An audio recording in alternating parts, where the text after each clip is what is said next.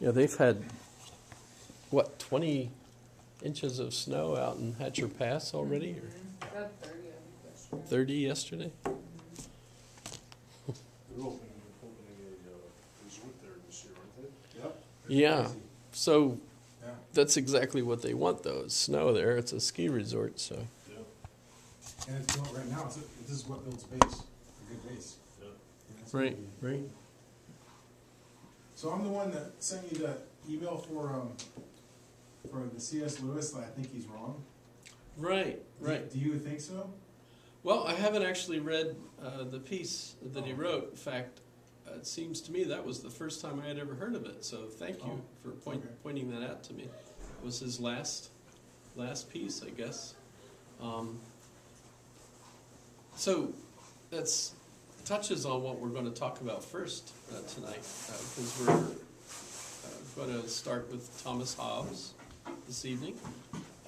So the first half of this evening, we're going to look at Thomas Hobbes on the one hand and Karl Marx on the other. Hobbes first. And the main concern I have is the concept of rights. And so to point out that C.S. Lewis disagrees with rights, I mean, I can guess where he's going with that, but as I said, I haven't actually read the article. But so I'll start off with Thomas Hobbes. Get my mouse to do stuff.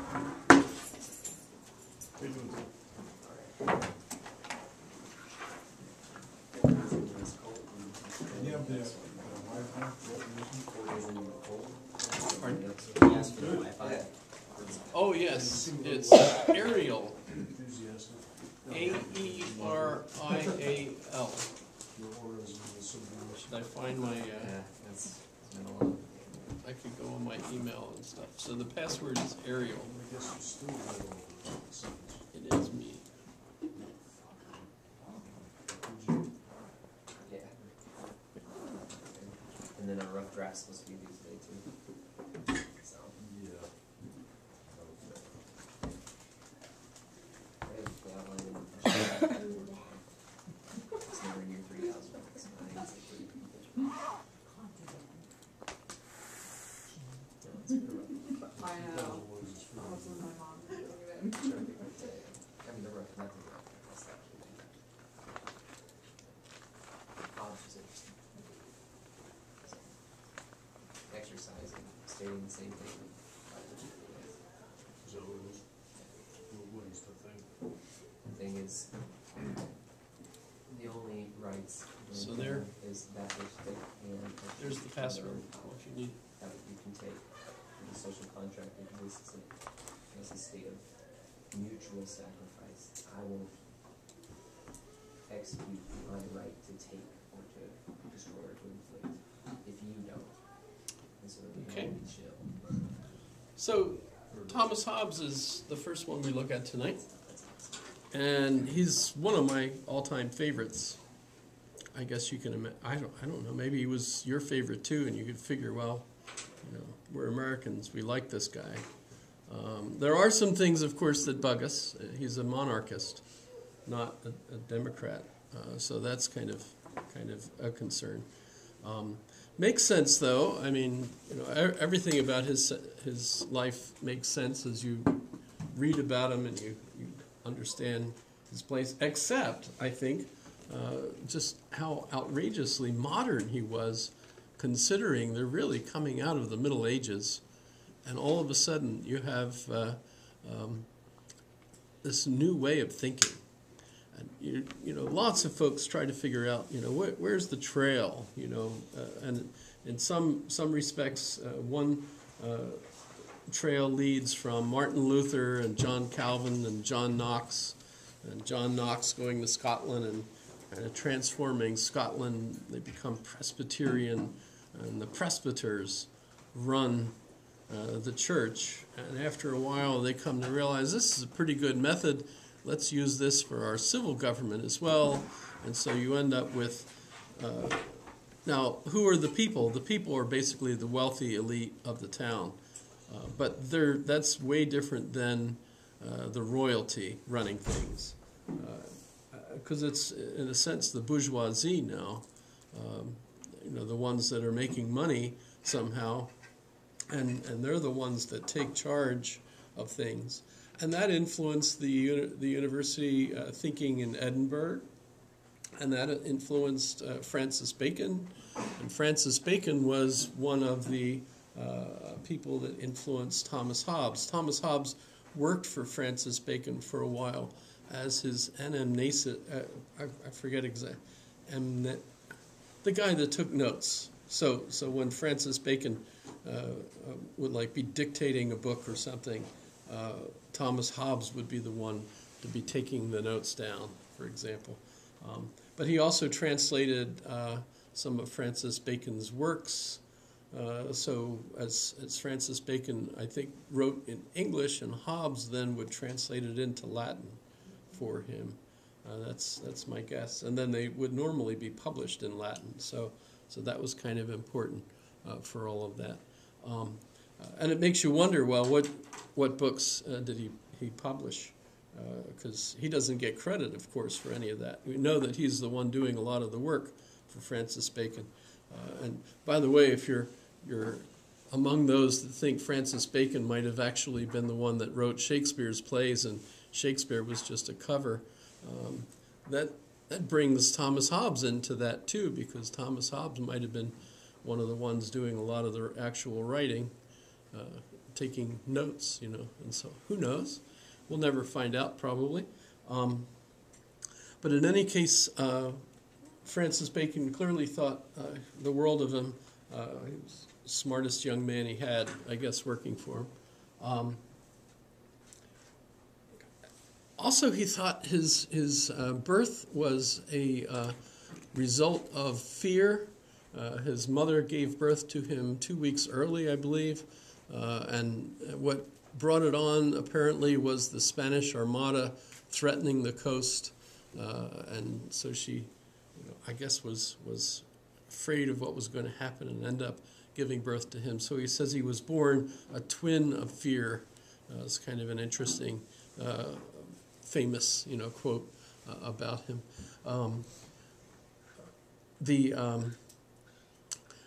His whole lifetime, he basically ended up being afraid of things because, well, he was there for the Civil War, so a lot of people getting their heads chopped off, including his boss. His boss was Charles I, who hired him to be a tutor to his son, who would eventually become Charles II. And there were some other royal sons that he was involved as a tutor with. One of them, he spent 5 years gallivanting around France and Italy with. So I don't think the age difference was that much, but they're out climbing hills. One of the things that's really interesting is they're finding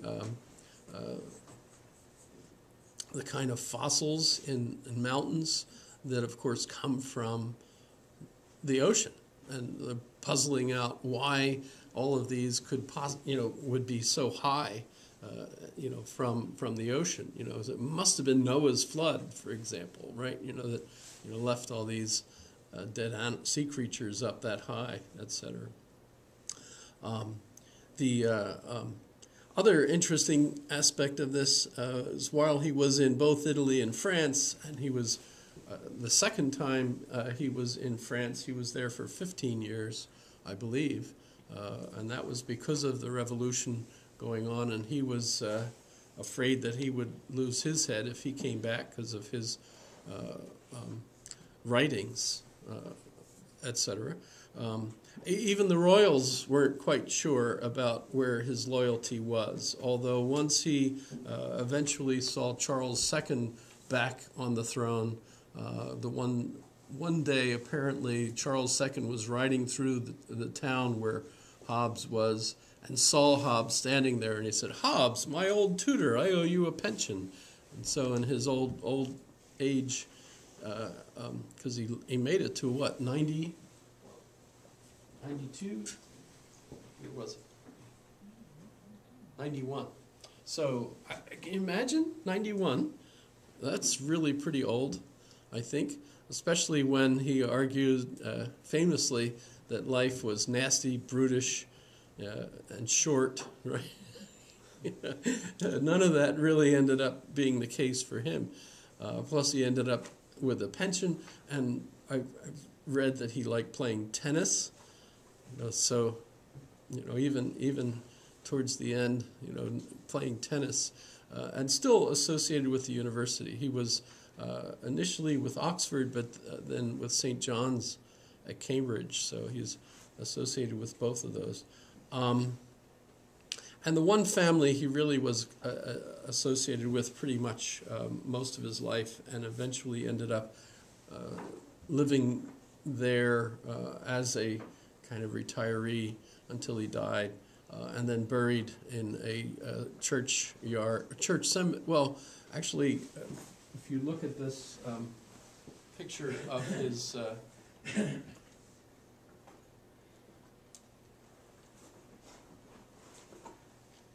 his grave here. So this is in St. John's Baptist Church, Alt Hucknall in Derbyshire. And that's on the floor, that's a slab in the floor of the church. So I believe that is actually the grave there. Although I was confused because they do have a cemetery outside, and so that might have been the memorial stone, and his grave might have been out. Who knows? Well, what's also funny is that Alt Hucknall, according to the internet, is the smallest town in England. I think there's just a few people that actually live there, so that's kind of interesting. He's originally from Malmesbury, and if you go visit the Malmesbury website, they have a Hobbes Day every year. They elect their philosopher of the year from someone in the town, and they have a special dinner, and they always invite a special philosophy professor to come and speak there. Roger Scruton, for example, was there, I think, in the early 90s as the Hobbes dinner lecturer. And I remember the video of his lecture being on YouTube at one point, but I can't find it anymore. I don't know what happened to it. But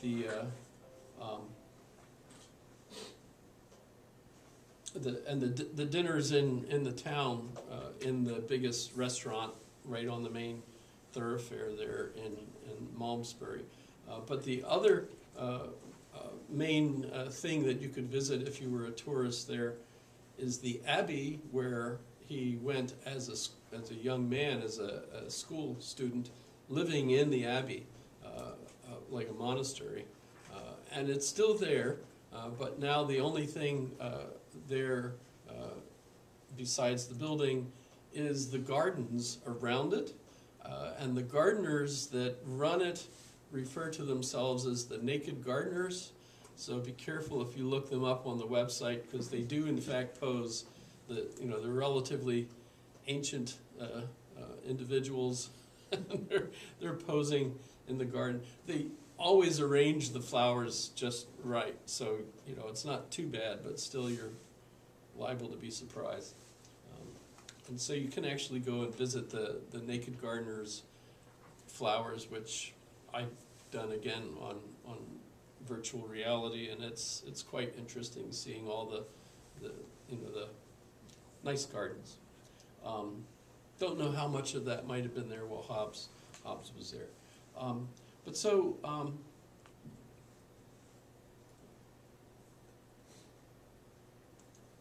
as Hobbes keeps running back to Europe in fear of his life, you can see that pattern of him being a twin of fear is a constant thing for him. But he's also influenced by Galileo. And if you think about who he was talking to when he was in France, Father Mersenne was one of the main hubs of activity. And so all these individuals would all go to Father Mersain's parties or events. Remember, Descartes also would be part of that. And I've never read anywhere that Descartes and Hobbes actually met, but they do have lots of essays back and forth with one another. Remember in Descartes' Meditations, one of the individuals that replied to Descartes was Thomas Hobbes, and then Descartes replied back to him, and then Hobbes replied back to him, and said some things that made Descartes furious, so Descartes never wrote back to him again. So, kind of interesting. Hobbes was involved with a lot of individuals that way. One of the more famous things that he got involved with is the argument over squaring the circle. Have you ever heard of that as an issue? The main concern was, is there a formula that would enable you to figure out the area of a circle if it were in a square instead? And my understanding from mathematicians is that no, you cannot do that, at least not precisely. I imagine that it's a matter of how close do you want it to be, because you could certainly come pretty close, I'm sure, but most mathematicians consider Hobbes not to have been that good a mathematician, and I think when they say that, he's clearly way better than I could have ever been, but maybe not as good as some of the mathematicians of his day. Descartes, perhaps, remember, was a primarily mathematician. He's famous. Descartes is famous today as a philosopher, but in his own day, his real forte was mathematics, right? Okay, so as we see the influence of the Presbyterians on England and the effect of Galileo's work on the thinking of all of these intellectuals. Remember, Galileo is going to give us physics, basically, right?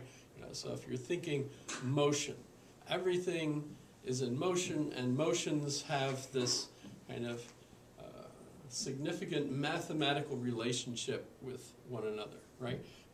In a way, it's a little confusing because remember, the idea of gravity is going to come with Sir Isaac Newton, who will be a generation later, right? So Isaac Newton isn't there yet. He and his contemporary Leibniz are really the two that invent things like calculus and things of that sort. And that's when the Royal Society of London really gets going, along with Sir Isaac Newton and Leibniz, who was also a member of that society until Sir Isaac Newton kicked him out, invited him in, kicked him out because of their argument over who invented calculus first, etc. But so Hobbes is influenced by Galileo and Descartes. Remember, they're all interconnected, at least through letters, if not in person. Although Hobbes was in Italy. I never read that Descartes made it to Italy. He made it to other places in Europe, but I don't believe he ever went to Italy. Hobbes was in Italy and met a lot of significant teachers there, including in Pisa, which of course was where Galileo was from. But Galileo, trying to remember when Galileo died, because I'm pretty sure they never had a chance to meet Galileo himself. But he's absolutely persuaded to think that everything has to be physical substance. There's nothing that exists that is not physical substance, that has some kind of physical substance to it. And physics is a set of laws or principles that would explain all of the motions. So if we get that from Galileo, and Galileo focuses on things like things falling, the movement of the planets, all that kind of stuff. And by the way, shooting shells, artillery shells, and things that remember they had cannons and other weapons. That it was important for you to figure out trajectories and things of that sort, so you could actually be more accurate hitting things. Descartes, a lot of the mathematics he invented was precisely for that. Remember, he was actually in the artillery for a while when he was in the military. Descartes, right? Well, Hobbes takes this and applies it to the human body. Right? And he's not unique in doing that. Remember, Descartes was also attending Dr. Tulip's studies, trying to figure out how the body works. But Hobbes is thinking in psychology, right? So everything that the body does should be explainable through physics, as far as Hobbes is concerned. So he basically considers the body as a machine. Now, remember I argued that Descartes did too, but Descartes famously also accepts the idea that the mind and the body are two separate things, right? But I would argue that the main reason he did that was to keep from getting in trouble with the church by offering the mind as the equivalent of the soul, so that he could go along with the church's dogma, right? But I suspect an awful lot of them are influenced by Galileo enough to feel like really the body is like a machine. And by the way, that's really the beginnings of that whole machinate, to think of things as machine-like, right? The clocks, for example. One of the mathematicians in Paris was working constantly. Huygens, I think, Christian Huygens, was building clocks, and they kept getting better and more accurate. Very confusing to me how you could figure out how to build a clock before there were clocks. How did you know 24 hours? How did they decide that, right? How did they decide how long an hour was, etc., right? They didn't have that kind of time before they started building clocks and so on. And in a sense, it's a work of imagination, because remember, the sun and the earth's relationship isn't really exactly 24 hours, so they're kind of fudging it a little when you're creating that. In any case, so we've got the idea of the body being a machine. And Hobbes does not argue that there's also a kind of spiritual-like mind besides the body. Instead, the body is everything. So that's a very Aristotelian point of view, right? For Hobbes. And by the way, that would make, and so this is going to influence English thinking. Hobbes is not going to be thrown out. John Locke, who will follow Hobbes, accepts quite a lot of Thomas Hobbes, and all the other philosophers that are famous in England are also building on that. They're very empirical oriented. Don't really think about spiritual stuff at all. Kind of the Scottish common sense school. They're all very in a way what we might think of as a kind of a scientific point of view. But so, and Hobbes is actually in a situation where even though the Civil War in England, and he's also got to be careful while he's in France, obviously, because he could just as easily be burned at the stake or have his head chopped off while he's there, right? France is famous for chopping heads off eventually, right? Robespierre, the guillotine, and so on. So you have to be careful, and whenever he was called an atheist, he always stoutly defended himself. But at the same time, it also seems pretty clear that he's not the same kind of atheist, or not the same kind of deist or theist that many people would have expected at the time. By the way, if you're familiar with John Milton, right, the blind poet that was associated with Oliver Cromwell. Oliver Cromwell's secretary was John Milton, who wasn't blind as far as I know at that time. And if you look at his writings, he basically did all the writing for Oliver Cromwell and for the government at that time. I think it was called the interregnum between the decapitation of Charles I and the return of Charles II. I think it was about 9 years.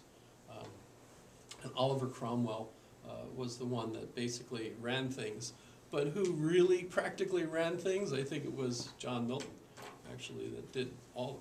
I've got the collected works at home, and he's got all the letters to France about the sailor that you captured on our ship because you thought he was breaking the rules, and instead, Milton sent Rudy Giuliani, to go and argue, the same kind of thing, Sorry, I didn't know how that slid in there. Okay, so Hobbes argues that the body is a machine, and that everything that happens, all of our knowledge and everything else, is physical.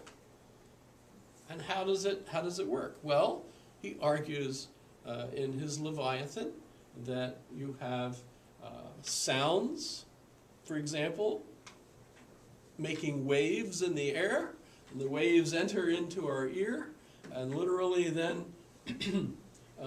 cause motions in the head.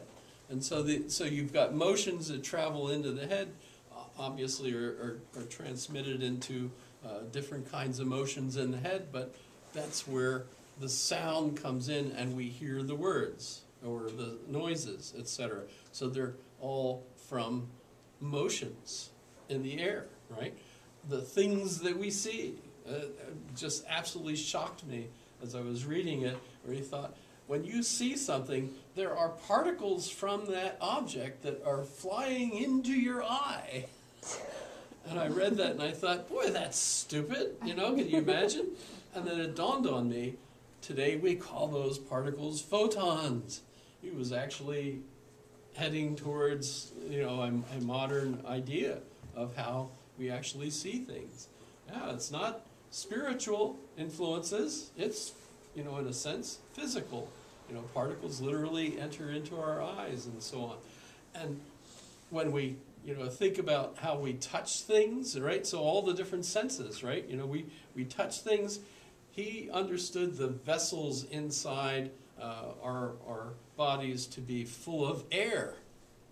We don't know, because remember, they haven't invented blood flow yet, or the heartbeat, and so on, right? In fact, would you call it invented or found? Discovered, right? Right. But one of his contemporaries, by the way, was famous for studying the way the ear, worked, and coming up with all these different aspects of the eardrum, and so on. Falloppio is the name of the guy. It was kind of amazing because he's also famous for discovering fallopian tubes, and that's why they got the name. Is that kind of interesting? What's his name? Falloppio, right?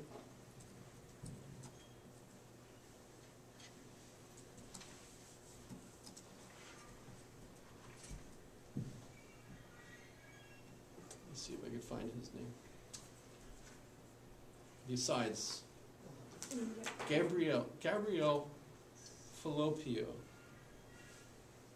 But he was like dissecting bodies and discovering all sorts of things and naming all these little parts, the way the various parts of the ear and things of that sort were amazing. Okay. So basically air pressure, right? You know, when we touch something, air pressure, you know, carries that movement, so to speak, into the brain. And once we start thinking about thoughts and the imagination, they're all motions that are moving around in the brain. And by the way, thanks to Galileo, unless you have brakes of some sort, the motions aren't going to stop. So these motions just keep on bouncing around until, you know, things come out. Right? Very, very interesting. If you get the chance, read the beginning of the Leviathan, and you'll see how he describes all this. It's really quite fascinating. So, all of the decisions we make, you know, when we think about free will and our free agency, there is no kind of spiritual miracle-like interaction between our bodies and some sort of a soul or mind, as Descartes seems to suggest, right? Instead, everything is a response to stimuli, basically, as we try to avoid pain and increase pleasure, right? So everything is based on our avoiding ouch and heading to that's our motion, right? So that's what motivates us to literally move and do things for Hobbes, right? And by the way, we're free if we're not restrained from reacting to those stimuli the way our bodies want to, right?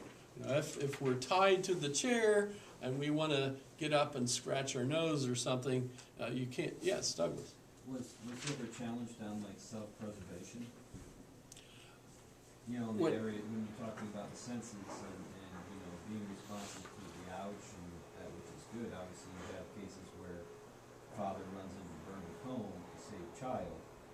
That is a whole different set of senses and reactions that are directly in opposition to self-preservation. So I'm curious what he would be thinking about that. Yeah, I don't recall Hobbes getting into the kind of situations where you would willingly sacrifice your life for someone else. I don't. He might discuss it, but it seems to me unless there's something in it for you, you're probably not going to do that. But I mean, you could certainly say that, you know, for a loved one or something, you know, that there is something in it for you to do that.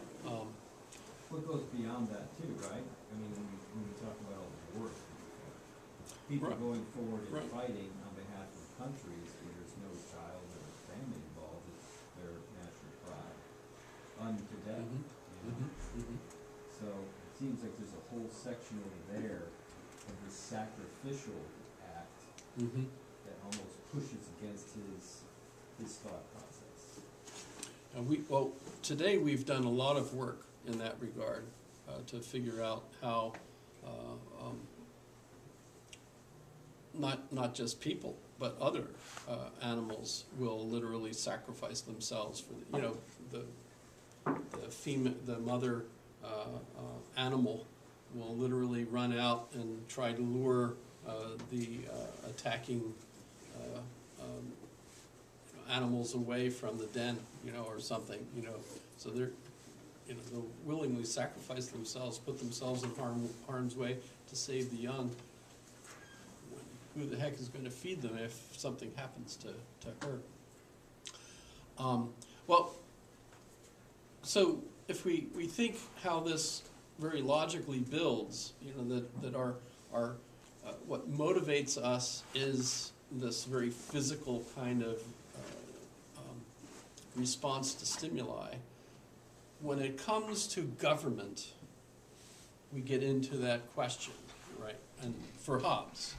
And Hobbes will argue that, and this is the section that we have now in the text, where you really get one of the most famous paragraphs in British philosophy, and that's the one that ends with him saying that life is, nasty, brutish, short. There's more. I never remember the whole phrase.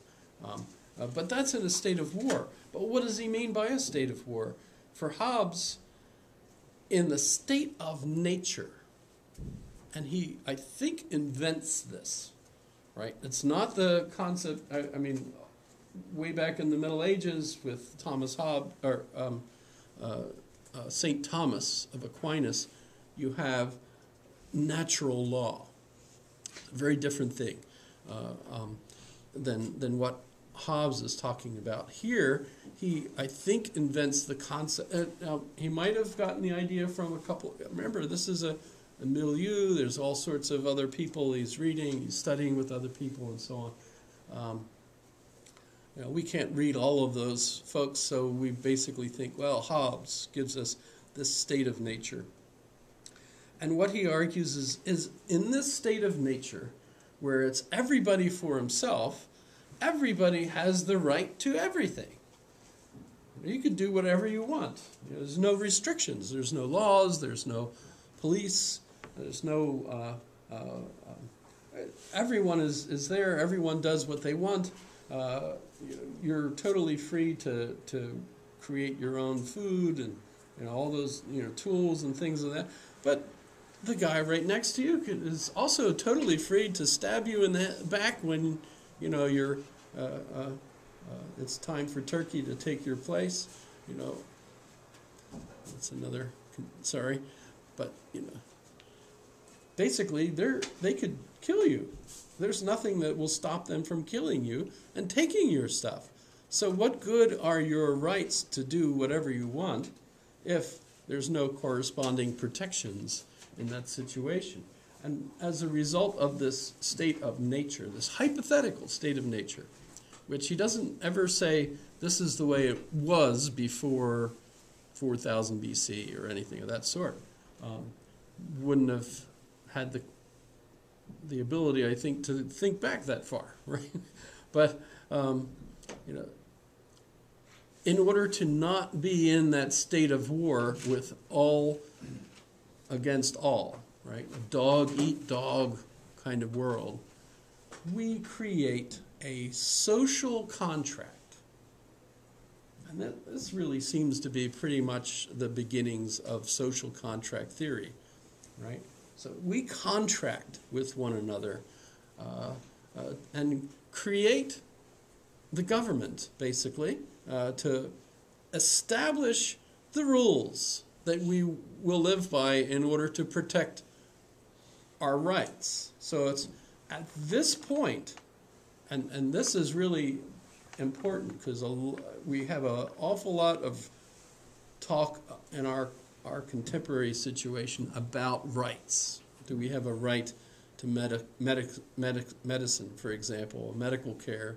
Do we have a right for individuals to not be kicked out of their houses if their sexual preferences are different, and so on? We get in a lot of rights arguments over this. But this is the beginnings of an argument that there are rights, and the rights are socially contracted. We agree to them. We make them up. So in a sense, when you hear lots of folks argue that these are divine rights, right? That basically, at this point, governments begin theoretical legitimating narratives that explain why these divine rights exist. That's clearly a historical event. And still today, if you look around societies, especially the third world, or even in places like China, I don't know whether we even conceive of China as third or whatever world, they are very puzzled by the Western conception of rights and social contract theory. It doesn't work there. So the social contract theory, which basically explains to us why our governments are legitimate and what the governments job is to do, right? You know, to protect us for our welfare, etc. That's a Western tradition that begins with Hobbes and his contemporaries, right? So they're inventing this. I think that's a really important point. And what kind of rights you have are, in that sense, a debate, right? And I think it's interesting that C.S. Lewis, for example, in his last article, argues that those rights don't really exist. Well, if that's what he's arguing, outside of the context of a social contract, I would agree with him. That you know, Hobbes would basically agree with him too. That, you know, everybody has rights to everything, but they're worthless, basically, because anyone else can just do whatever they want, right? But we form a social contract, and the goal of the social contract that Hobbes gives us is primarily protection against the enemies that would kill us and things of that sort. And as a result, now keep in mind that he was associated with the monarchists. He was working for Charles I and then teaching Charles II, and still, of course, associated with other royalty of that time period, which, of course, made it difficult for him with regard to Oliver Cromwell. Although, for a period of time, Oliver Cromwell's side thought that Hobbes's Leviathan was actually a defense of Oliver Cromwell. Because if you think about the politics that Hobbes describes, there's a radical break against the idea of divine right. Right? You don't have Charles I as king because God made him king, and therefore everybody has to follow Charles. If you go against Charles's will, you're basically breaking God's will, and so of course hell for you, right? For breaking God's law, right? Hobbes instead argues that the reason Charles is there and the monarch is there is because we have this social contract. That basically we all agree that in order to protect ourselves and our property, we're going to basically have a monarch. And we might actually argue for a committee instead. The interesting thing about that, though, is that doesn't really help, because if you have a group of individuals that are in power, they're going to fight one another, and you're not actually safe. And the same thing if you have just, you know, like a gang leader, you know, the gang is going to have to constantly fight other gangs, right? So you got all these groups fighting one another. The only way out of it, and this, by the way, is the beginnings of nation states in that sense. And Hobbes isn't talking internationally. He says he's not arguing that we can have world peace. Never occurs to him such a thing, right? So he's not thinking in terms of, you know, a pan-European democracy or anything of that sort. It's England, right? He's thinking England needs a king, a monarch, an absolute monarch, and then all of the values of the kingdom are tied up in that one monarch. If you remember, Aristotle in his Politics describes three basic types of governments. One is a rule by one, are good and bad, right? An enlightened monarch would be the good version of that, and the bad would be a tyrant, right? Second type would be a democracy, or rather a aristocracy, where you have a good, the best aristoi ruling things. But other versions of that would be like a plutarchy, where you have the wealthy, a theocracy, as in Iran, where you have the theologians running things, etc. There are other versions of a rule by many, right, or groups rather, right. And then there's the rule of everyone, and that would be the democracy, which even Aristotle thought was a horrific form of government, because democracies basically vote all sorts of benefits for themselves and then decide not to pay for it. And so eventually what happens is, that's Aristotle, that's 2,500 years ago, that obvious aspect of democracies was recognized, right? And so that ends up causing a collapse, which ends up being chaos, which is even worse. So Aristotle thought the aristocracy was the best form of government, because the tyranny could easily result from the monarchy, because people don't stay enlightened forever. They like King Lear. Remember, they get old and senile and end up doing really dumb things. So for Aristotle, the most stable form of government would be an aristocracy. Hobbes is following Aristotle, and he's basically going to take the side that the best form of government is the enlightened monarch. And as far as Hobbes is concerned, guaranteed we're going to have enlightened monarchs. Why? I was the one that taught the kid, right? Right? So he's going to be enlightened, right? But when the Leviathan first comes out, and you get this flip from a divine right king to a people chosen leader, Oliver Cromwell sees that as that I'm the Lord Protector. How did I get this job? They gave it to me. That book basically gives the legitimating grounds for me being in charge. And that seemed okay with him. So Hobbes is allowed to come back, right? Which is, but eventually a lot of people come to realize that, I think he was really talking about Charles, and not you. And that's probably true as well. But in any case, he does eventually come back, and he's safe, and he even has a pension. That's pretty cool. Tim? I thought that was an interesting point that wasn't made in that writing by Hobbes, is that everyone, to have a stable government, everyone has to acquiesce their right to take by force, whether it be any of the three motivations that he mentioned, right, which was glory, diffidence, and competition. But you don't have to willingly acquiesce. You don't have to be happy about acquiescing. You just have to give up that you're right. You agree to do this, and you will not back out, whether you're happy about it or not. And I thought that was an interesting point. It wasn't mentioned in no philosophy book.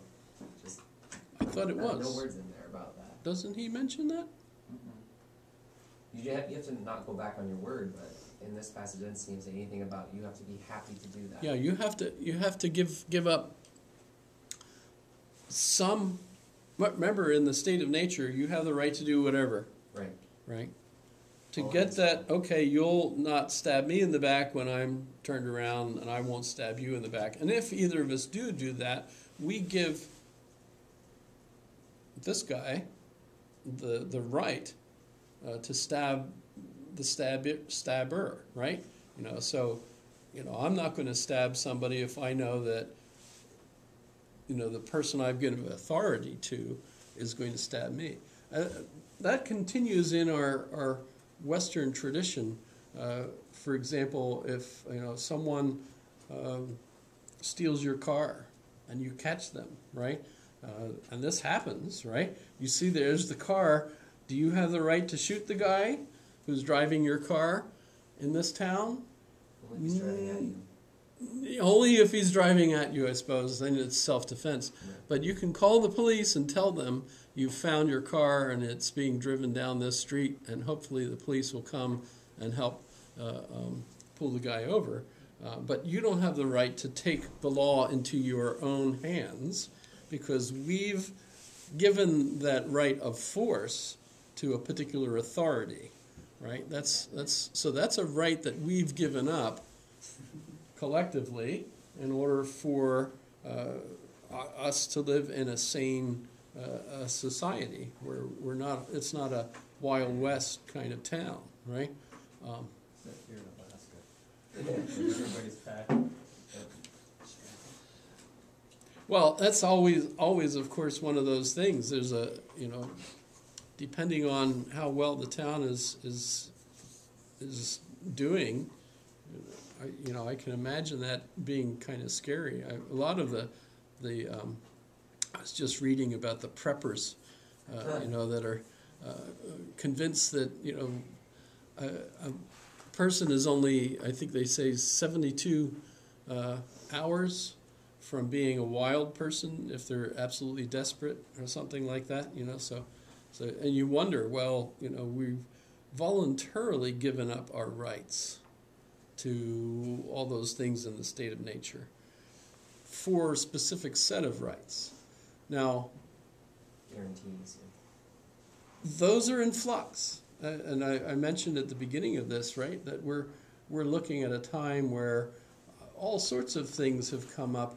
I like to say, at a town like this, everybody here has a right to a Mercedes-Benz. If you think about it, you can't get around in this town by foot. That's just ridiculous, right? We don't even have pavements in most of the places. So if you're going to live here, you really need a car. And by the way, you ought to have a safe car, because, the way a lot of people drive. And, I think, the Mercedes-Benz is probably one of the safest, so everyone has a right to a Mercedes-Benz. If I started, putting signs up, everybody has a right to a Mercedes-Benz, how likely would that be that everybody would accept it? Probably not, right? But it's kind of interesting, too, that Sir Roger Scruton points out that there are different kinds of rights. And all the rights that Hobbes is talking about are rights that are, in a sense, negative. That you can't do such and such to me. You can't do this to someone else. You can't do this, can't do that, right? You have to, can't take away their property, can't take away their life. The idea of pursuit of happiness, by the way, if you haven't figured out, that was not really part of these initial arguments at all. Locke doesn't, John Locke is really the one that's going to have more of an impact on Thomas Jefferson specifically, and our Constitution, right? And Locke is going to be a follower of Hobbes. The main difference between them is, for Hobbes, the whole point of the social contract is safety, protection. By the time we get to Locke, the situation is cleaned up a little bit, not completely. It's the Glorious Revolution time. So you got William of Orange, and the Protestants begin wearing orange in Ireland, which, we still, that's still an issue today that I think Boris Johnson is trying to solve, because that's the main catch with the Brexit deal, if you're familiar with what's going on there. But the thing that John Locke will do is bring in checks and balances, because William of Orange is a limited monarch instead of an absolute monarch, and so the relationship between the Parliament and the executive, right, is going to be a checks and balances kind of relationship, right? And that's, of course, something that Jefferson picked up and added, of course, then by even putting it in triplicate, so that we have the legislature on the one hand and the executive on the other, but also the judiciary as a separate branch of government. So we have three arguing groups, right? Yes, you're probably familiar with all of that. Whereas in England, the executive includes the judiciary, which is why they all march in together in their robes when the Queen is invited to Parliament once a year, or in this case, I think October. When is she giving her speech? October 15th, I think. We should all be watching, I suppose. It should be interesting. How old is she? 94-ish. Something Maybe like that. higher. Yeah. And yet she parachuted out of a plane into the London Olympics that, won. That's funny, actually. Have you seen her? I didn't see her parachute, no. The magic of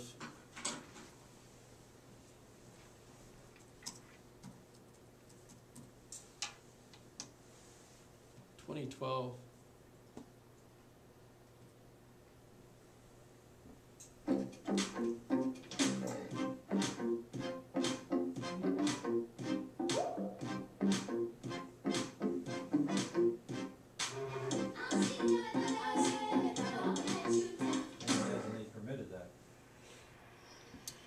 The ads? I can't get away from No, them. her jumping. Wow, happy and glorious.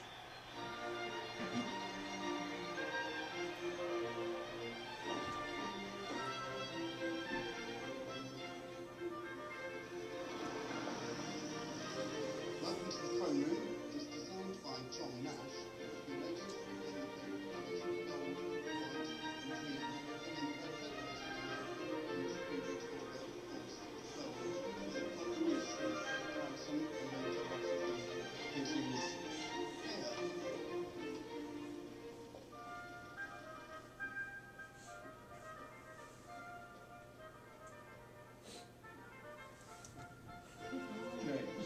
This is too long. That's James Bond.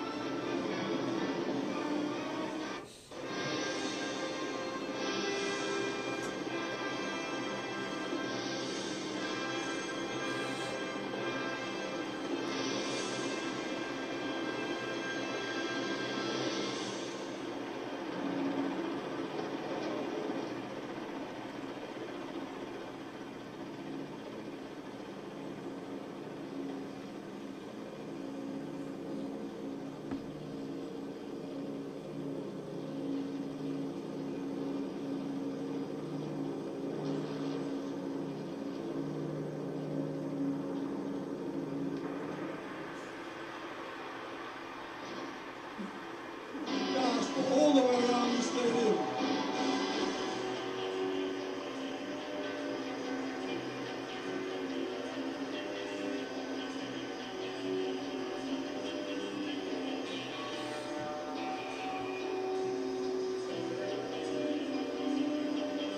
James Bond. Mesdames et messieurs, veuillez vous lever pour Sa Majesté la Reine et Son Altesse Royale Hobbes.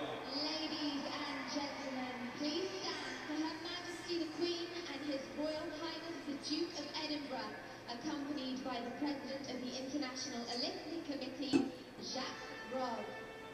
That had to be a stump double. Yes. And they actually tell you who it was. But I love that. I think that was hilarious. By the way, Boris Johnson set that up, so that's kind of hilarious too. He was the mayor of London at the time of that 2012 Olympics. Okay, so lots of things that we could talk about. All of them important, really, especially considering we use that same argument to say that the reason our government is legitimate is because we, the people, have agreed to it, basically. Now, obviously, we're born into the society. None of us have really had the opportunity to say, "Hey, wait a minute, I didn't agree to this," or anything of that sort. Yes, we have to give up many of what you would like. We really shouldn't call them rights. It's not like we're really giving up rights to get rights. In a sense, the only rights that we get are those given to us in the contract, right? So if you think of it that way, the idea then for us to negotiate with others and say that we ought to have a right to have a car, or we ought to have a right to have health care. And of course, the point that Sir Roger Scruton points out is that to say that we have a right to something where society has to give you something, right? That means someone else has to pay for it, right? And so that's a very different class of things to say that that you have a right to stairs, or health care, or respect from your employer, regardless of whether your employer likes you because of your living habits, and all those things. Those are rights in a sense that we negotiate. So rights can change. Obviously, and as we in the second half of tonight talk about feminism and Mary Wollstonecraft and women's rights, obviously that's going to be something that will be very different. Clearly, the so-called founding fathers did not consider women's rights when they were describing the Constitution, right? When they were saying "we the people," I mean, we could still argue over whether Jefferson and John Adams. Remember, John Adams' wife Abigail was constantly writing to him during that whole process, and she kept reminding him. We have the letters, so we know that she kept reminding John that to think of the ladies, right? Don't just ignore the ladies. But of course, that never came up as they were even counting the population, or who got to vote, right? Slaves got 2/3 of a count, but did they count women? Do you know? I don't know. I don't think so. And basically, what they meant as a man was a man like themselves, property owner class, not just everybody, but educated, property owning. And their argument was that King George, wasn't the only one that had power, but his peers, so they're calling themselves peers, really, also should be consulted and have rights, not just the king, right? So of course, I remember reading about the king getting the letter, the declaration, right, and looking at it and said, "What? Since when?" Because he was still, of course, totally a follower of the divine right point of view. This is bonkers that they have divine rights given them. Who that only comes from me. If anyone's going to get rights, it has to be me giving you a privilege or whatever, right? So, well, let's take a whole nother approach now and think about Karl Marx. Of course, now we're looking much later. With Karl Marx, we're post-Hegel. And so we've got a very different philosophy with regard to the state of nature. Hegel is influenced by Adam Smith, so that's kind of interesting. And what I like to argue is that Hegel's philosophy is basically evolution before it becomes a biological evolution. So his argument is that in the universe, everything is this dialectical process, a constant motion between the current situation, which automatically somehow draws its anti-thesis, so to speak. So if this current situation is the thesis, it automatically creates its antithesis, and then as a result of the conflict between those, we end up with a new situation or a synthesis, right? And that new synthesis is now the current thesis, and that automatically has its antithesis that develops, and then that causes conflict and moves then to the next synthesis, and so on. And that's a pattern that occurs with regard to your sitting in a comfortable chair.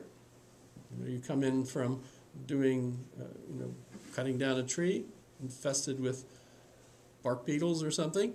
You come in and you're tired, you sit down in a chair, and immediately it feels comfortable. That's your thesis, so to speak, at the moment, right? But after you're sitting there for a while, your butt gets irritated from the nice comfortable chair. You've been there too long, and so the antithesis has to force a change, and so something else you have to move. You either get up or shift the way you're sitting, or put your feet up, or whatever, right? So something has to happen, right? So it happens even in little events like that, but it also happens with, say, people interacting with one another. Remember, the conflict is constantly dialectical, even in your own mind, whether you want to eat the candy bar or not, right? As you're deciding what you ought to do, right? And that creates a new thesis, synthesis, and then it moves on. So that pattern is constant in all of nature. And that means that societies change, individuals evolve, and Hegel was primarily concerned with individuals, consciousness. So his books were focused on the phenomenology of spirit.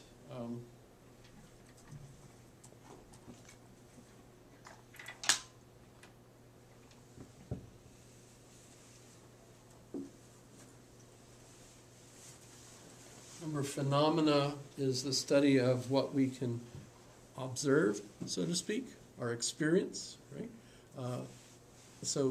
And what he meant by spirit, by the way, at this point, I believe is similar to what George Berkeley, the British empiricist, refers to as spirit, and that's primarily what we would today call energy.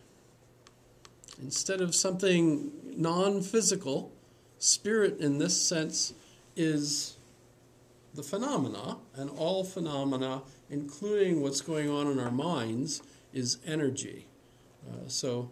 And by the way, that's actually where physicists are today, right? Everything is explained as particles, energy in relationships, right? Everything is just energy. So this is actually the movement towards that. So when he talks about the phenomenology of spirit, he's not talking about how we can know where the ghosts are, right? He's talking about culture, basically. So in a sense, this is the beginning of sociology. So how do we study a society, people in groups, what holds them together? Their common beliefs. And those common beliefs are sounds that are impacting their heads, right? So that you have all these motions going on in your head that unify them to think the same way, etc. Right? So it's very physical, although it's not physical in the sense of atoms doing this. It's physical in the sense of culture or memes. Today we talk about memes, right? Those are physical things, right? A meme, in a sense, is like a gene. In fact, that was Richard Dawkins' conception of it when he came up with it in The Selfish Gene on page 198. He said, sorry, it's just true. It's page 198. He invented the concept of, we ought to have memes for ideas, because they're just like genes. They absorb energy, and then they transmit themselves, right? They replicate. So if I, hear Beethoven's bum bum bum bum, right? You all know that meme, right? It's the Fate motif, from the Fifth Symphony, right? And so We all know that. But we have lots of other memes. But for Richard Dawkins, they're like little life forms. They're like a virus in a sense. You can be infected by them, right? You know, you catch them, and they stick with you, and you keep spreading them to other people, and they catch and spread, etc. Right? So, in a sense, as one of Richard Dawkins' students said, they are, or we are the meme machine.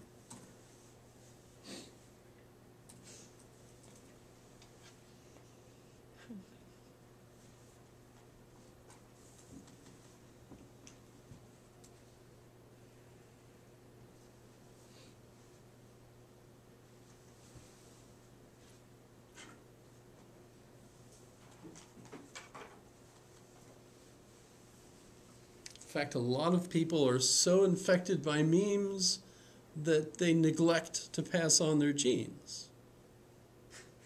You think about it, you know, especially like theologians, you know, the priesthood classes that give up, well, hope they're supposed to give it up, right? You know, they're not supposed to get married and have children, right? You know, their focus is on the greater, you know, God, basically, right? Thinking about God. Well, what does that entail? It's passing on memes, you know. Gloria in excelsis Deo, right? You know, all that, you know, kind of stuff.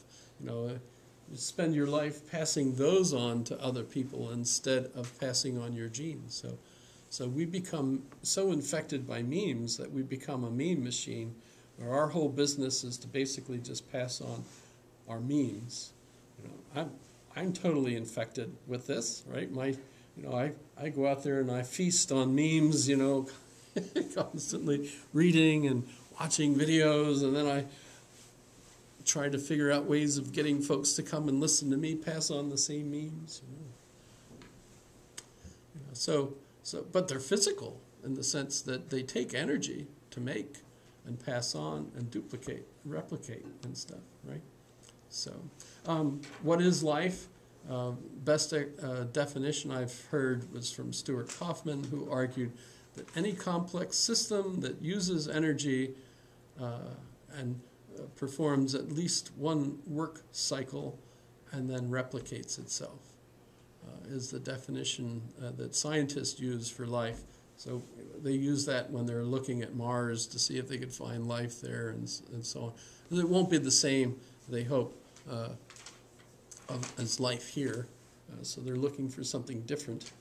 But of course, they still need a definition of what it is. And so memes actually qualify as life in that definition. The odd thing, though, is that they're so ambiguous. You know, like dun-dun-dun-dun. Okay, if that's a meme, and whatever. You know, if that's a meme, you know, well, how do you determine what a specific meme is? What are the limits of it, etc.? So there's arguments over all of that. Pretty interesting. But so we have this dialectical conflict between these situations, and they occur at all levels, right? So it's not just chemical levels or physics or biological or animal or tribe fighting other tribes, nations fighting other nations. For Hegel, there's a Weltgeist, a world soul, that when you look at basically all of the developments throughout the world, the highest advance among human beings in science creates the world soul. What do we know as a world, right? You know, where's the progress going? You know, it's obviously not something that everyone in the world shares. Only the elite, educated share some of it. You know, it really wouldn't be just something that one particular individual might know. Although Hegel famously said that Napoleon, when he was riding his white horse through Jena after the Battle of Jena, there goes the world soul on a horse. You know, kind of an impressive, right? Because he's the individual that's leading the world, the soul of the world into the future, right? You know, because that was before 1812, of course, right? When he got knocked off of being the world soul. 1815 was Waterloo, right? Yes? No historians love history. By the way, last night's lecture was absolutely fantastic. If you heard about it and didn't go, you missed a great one. Had one of the professors from one of the Army colleges, warfare colleges, gave a lecture on Woodrow Wilson and the end of World War I. It was very good. Yeah. Did you go? Oh, no. No, it was pretty good. Okay. So Marx is a young man who's studying under Friedrich Schelling in Berlin. By the way, one of the other students in the same class, at least one of the classes, with Friedrich Schelling, the professor, was Søren Kierkegaard.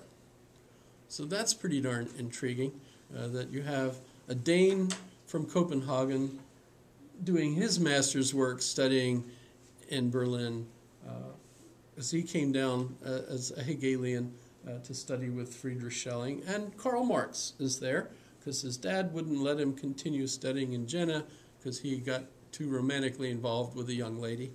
And so his dad sent him to Berlin. So Marx is in Berlin. And they're both in this class. And out of this class, Friedrich Schelling, remember, he's the one that creates what's called existence philosophy. We can do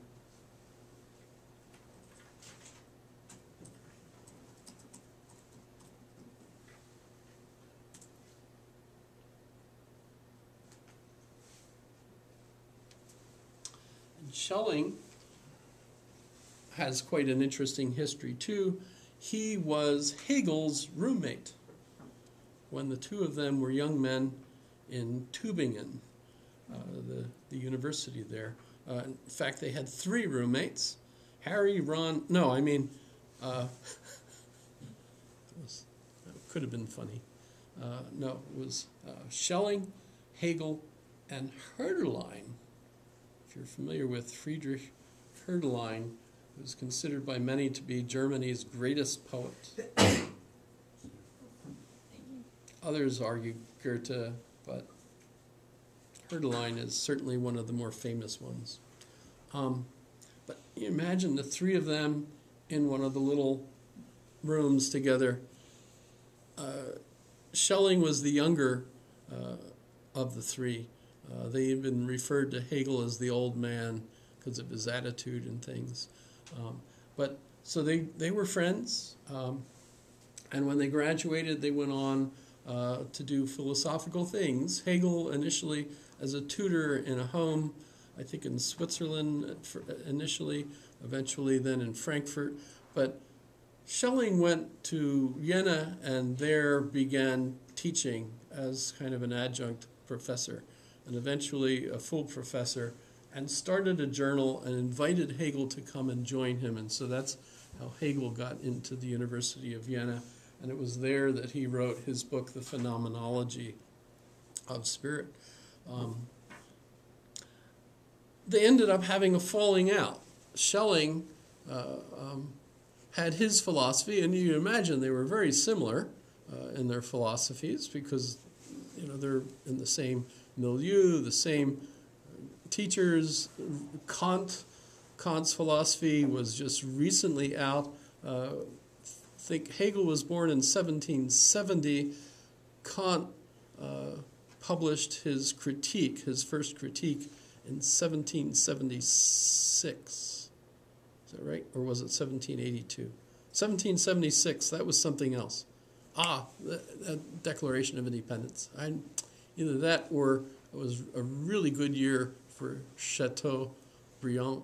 I don't know. Briand is meat. I don't know my wine. I was going to joke about Pinot Noir. That would be a wine, right? 1776, really good year for Pinot Noir. Some important reason. Yeah, there we go. But so I think it was 1782. When was the critique first written?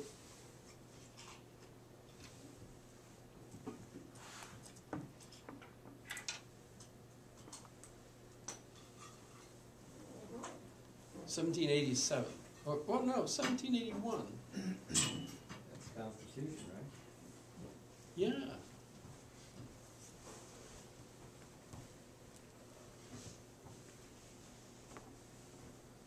So 1781.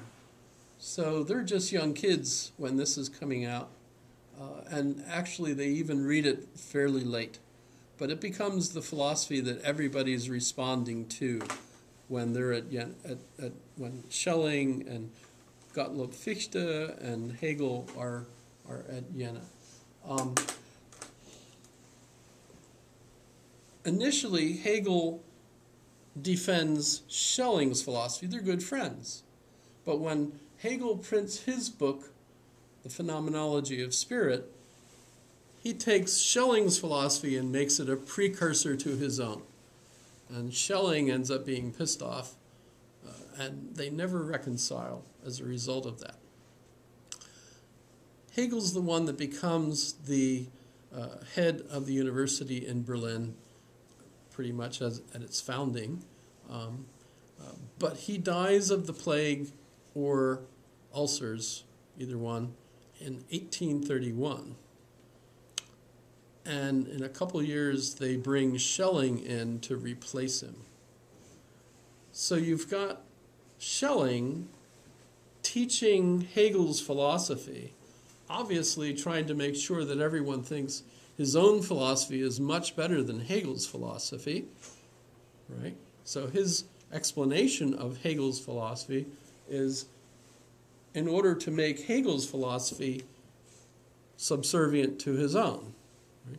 Today, by the way, we look at them and compare them and say clearly Hegel's philosophy was superior, and Schelling was kind of mangling Hegel's philosophy in the lectures he was giving to his students, who included Karl Marx and Søren Kierkegaard. So it's kind of interesting that the two of those that are the most memorable students from Schelling's lectures end up creating their own philosophies, and they're both rebelling against Hegel's philosophy. It's kind of like they're doing what their teacher inspired them to do, right? But Schelling was trying to promote his own existence philosophy, which is much more of a nature-based evolutionary theory, like Darwin, basically. Remember, this is all before Darwin, right? Søren Kierkegaard comes out of it with a rebellion against Hegel's system to argue that he's wrong about how interdependent we are on everyone else, and that instead we're totally free. Remember, that's kind of Sartre's point of view, right? We're totally free, and we have to construct the world for ourselves, basically. Existentialism, right? You're the one that's totally responsible for the way the world appears to you, and so you're the one that has to do it, right? Marx rebels against Hegel's philosophy, and instead of arguing that we're totally free, he argues, that's nonsense. You're not free at all. You're totally dependent on what's going on around you, your society. And eventually that becomes, for Marx, by the time he's in England, economics, right? So you're essentially a part of a civilization that forces you into a particular class, into a particular type of person, because you're in class warfare, etc. So it's wrong to think that you're a free agent that can make up your own mind about how you want to view the world. You're viewing the world the way your society teaches you to view the world, right? So for Marx, we're social animals. No free will whatsoever, right? No free agency, etc. And Soren Kierkegaard is just totally the opposite, right? Because we go through these nights of fear and trembling when we have to decide, what we're going to believe, etc. Right? That's two totally different responses to the one philosophical point of view, which just really astounds me how that worked. And by the way, I would argue that people like William James and John Dewey and Charles Sanders Peirce, who were contemporaries of all of this, well, not John Dewey, but Charles Sanders Peirce and William James, whose brother was Henry James, right, the novelist. They bring this philosophy to America, and guess what? We end up with true Hegelian philosophy that we call pragmatism, where we accept both of these ideas, that our society molds us into the kinds of persons we are. But at the same time, we're loaded with free agency for our own, actions. We've got both. So we're existentialists, yes, but we're also Marxist, because we basically accept the idea of ourselves as social beings, right? Sociology works, why do we think this way? Well, I was raised this, right? That's how we explain it, right? So in that sense, Americans as pragmatists, I would argue, have continued with the Hegelian philosophy to the next natural step. So we're where the future of philosophy kept moving, right? Now I think there's a lot of the impact, especially after World War II, Americans influenced Europe. Of course, not only rebuilding Europe after World War II, but also, did you have a question? Yeah. So what do Americans believe? Or are you getting to that? Where am I getting that? Or are you getting to that? You said there were the two main sides, and then Americans continued the Hegelian combination of the two. Right, and So what do we believe? So we're referred to as pragmatists. Okay, that's the Pragmatism. that's a whole other. Pragmatism. The word was invented. Actually, the word is actually an older word that's out there. Kant used it, for example, in one of his first books. It's a pragmatic anthropology that Kant wrote, but it became a philosophy among the American pragmatists. And if you're interested, we'll talk about them, of course. But Menon. What period of time were you talking about us entering into pragmatism? Okay, so 1800s or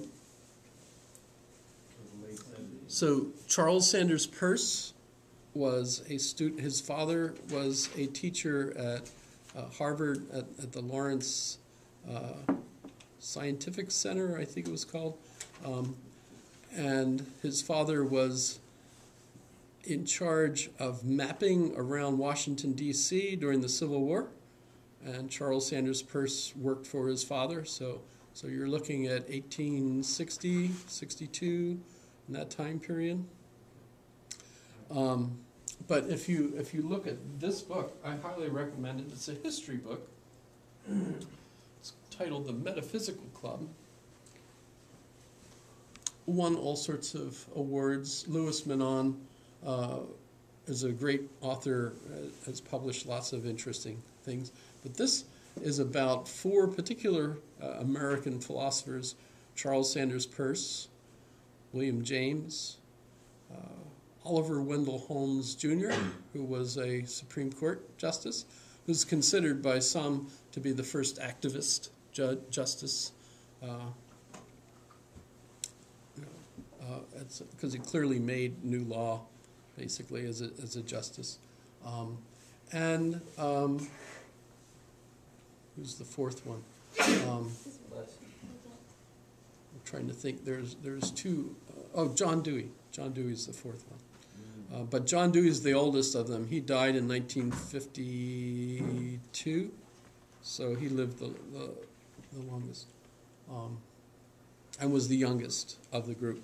But they actually had a club at Harvard called the Metaphysical Club. That's what they called it. So this is a history of that group. And Emerson is part of this, and others. So we have an American philosophy, and it's everyone in academics considers it to be pragmatism, although today we refer to it as neo-pragmatism because we're not from the 1860s. So yeah, that's our philosophy. And it's Hegelian philosophy in the sense that it accepts, and he talks about this, the things that this group accepted was evolution, number one. And by the way, that's kind of interesting because one of their teachers at Harvard at the time was Louis Agassiz, who they have an Agassiz Hall where the Natural History Museum at Harvard is located. He was Swiss, actually, Louis Agassiz. And he was adamant that Darwin was wrong. That there wasn't an evolution. It's kind of interesting. And he took people on trips to the Amazon. After they graduated from Harvard, that was kind of like their graduation present, was to go travel to the Amazon. And I remember even Teddy Roosevelt went on such a trip. Remember, he ended up ill after that, and William James ended up ill too. So it seemed to me like a really bad idea to head off to the Amazon for a tour. But in any case, so evolution is number one. Science, number two. Most important aspect of pragmatism. Number three is democracy is the best form of government.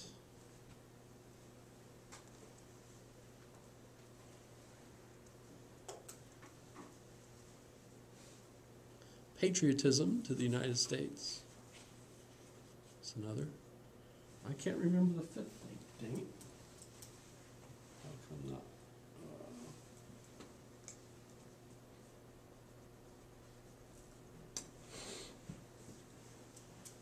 Well, I can look it up tonight, but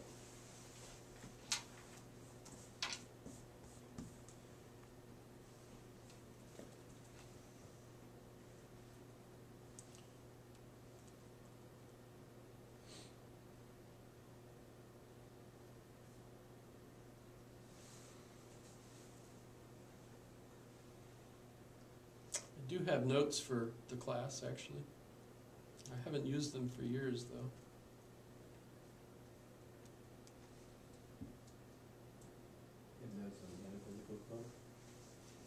Here's the notes on the American outburst. This is from the book, The Metaphysical Club. During the late 19th century and the early 20th century, there was an outburst and flourishing of philosophic activity in America. The key figures drew upon a variety of European orientations: British empiricism, Kant, Hegel, but an important group emerged which included Charles Sanders Peirce, William James, John Dewey, and George Herbert Mead, another one. Although there were sharp differences in their intellectual backgrounds, philosophic temperaments, training, and interests, nevertheless there were also sufficient family resemblances so that they, as well as others, began to think of themselves as constituting a distinctive philosophic movement. William James, a gifted stylist and an immensely popular lecturer, labeled the movement pragmatism and acknowledged Peirce as its founder. Sometimes it is said that pragmatism was born from James's misunderstanding of Peirce, and Peirce was so outraged by James' popularization that he renamed his own doctrine pragmaticism, a name ugly enough to be safe from kidnappers. They actually liked one another. They were good friends. In fact, Peirce was impoverished, and James was the one that funded him to keep him going until James died 2 years before Peirce did. All sorts of interesting things. So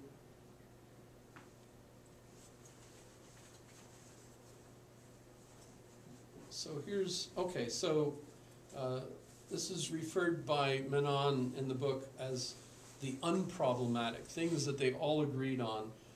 And the one was the prestige of science and the scientific method, the strength of empiricism, biological evolution, the ideals of American democracy. 1, 2, 3, 4. That's only 4. I thought there were 5 things. Maybe I'm thinking of the unproblematic as being part of that, but yeah. So I have lots of notes on that. Suppose we should take a break though, and then come back, and we really have some more on Karl Marx to do, and then we should get to feminism too. Too much to do in one night, huh?